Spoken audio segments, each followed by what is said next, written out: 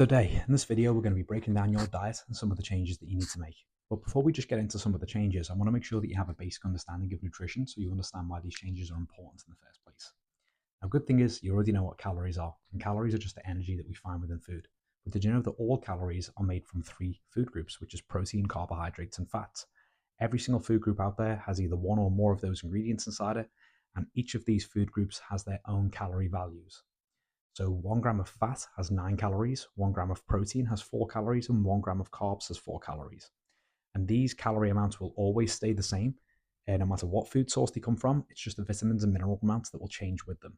I.e., 1 gram of carbohydrates from pure sugar has 4 calories but no vitamins and minerals, and 1 gram of carbohydrates from an apple has 4 calories but now has vitamins and minerals too. And that's what we like. Now, for your diet is already low in calories, but it's also low in protein as well.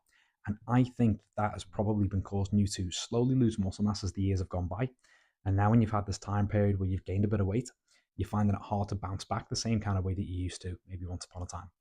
In any case, you building more muscle mass is going to increase your metabolic rate over time and is going to make it easier for you to stay leaner, eating the same amount of calories. I would estimate that your diet is giving you about 40 to 60 grams of protein per day. And to build muscle mass optimally, we need someone to be on 1.5 grams to 2 grams of protein per kilo of body weight. Because you want to be 70 kilos, this means that you'd be looking at 110 grams to 140 grams of protein per day. Example of high protein foods are going to be firstly all of your meats. Every single meat out there, once it's cooked, has about 25 grams of protein per 100 gram. Your next best food group is going to be dairy products, namely yogurts, cheeses, and milk. There are some yogurts out there that have reduced sugar inside them and higher protein intakes, like this one here, this one from Aldi. This is 150 calories per pouch and 25 grams of protein. So it's almost the same amount of calories and protein as chicken breast, which is insane. And then also with some cheeses, you get this. Edam cheese is pretty low in calories and high in protein. Per 100 gram, it has 320 calories and 25 grams of protein. So that's great.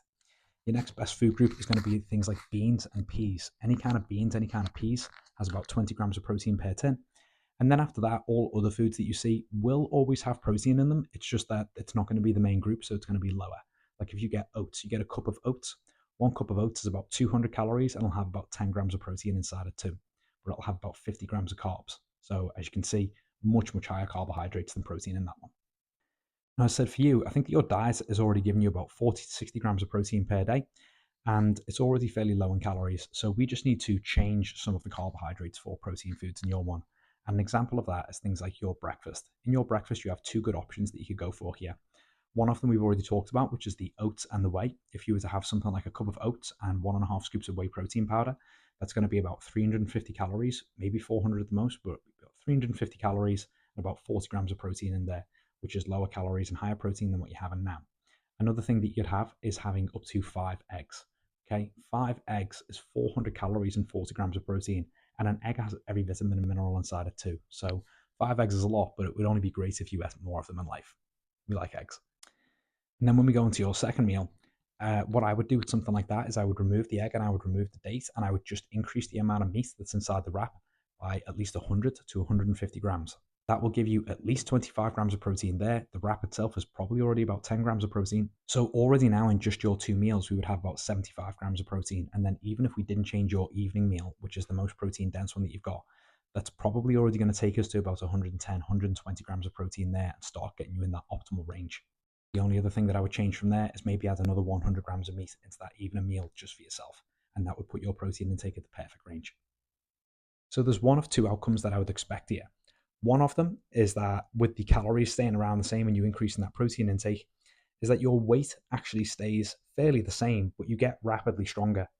And what that would mean for us is because you can't really get stronger without building plenty of muscle, it means that you would be losing fat and gaining muscle at a fairly similar rate. And that would start to become pretty obvious to us as the weeks go by for things like if you have 10 kilos added onto your overhead press, but then when we take your measurements, we'd notice that you lost like 4 centimeters off your stomach. We would know that things are really, really going in the right direction. And I think that's the more likely outcome that's going to happen right now.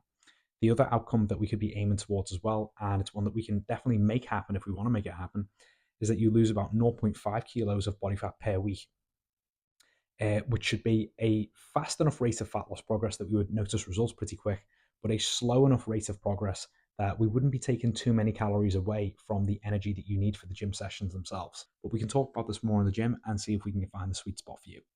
In any case, I will catch you tomorrow. Much love.